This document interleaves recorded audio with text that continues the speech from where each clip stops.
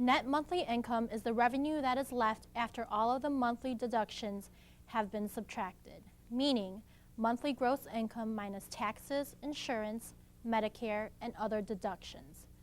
In calculating the net monthly income, make sure that all sources of income are included and that their net incomes are on a monthly basis.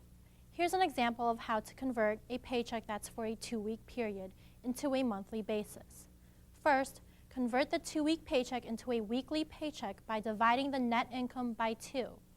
Then multiply that figure by 52 weeks to get the annual net income.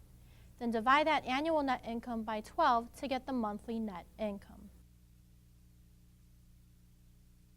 One of the most important aspects of personal finance is expenses. To truly understand where, how much, and for what these expenses are accruing, it's necessary to track down where the current expenditures are going.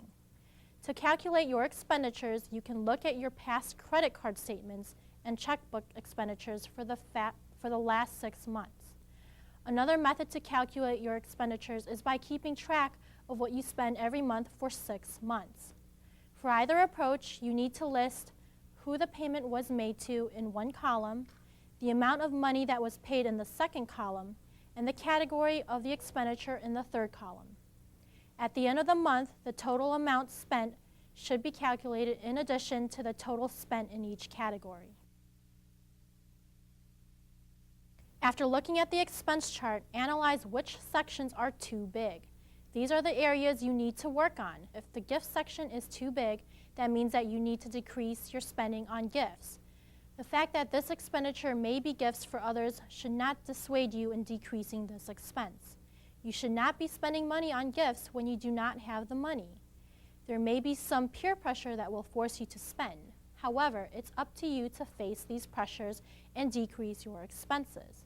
Also, it's necessary to realize that all of the expenses are optional. It's optional to have cable, to have a gym membership, and to go out to restaurants.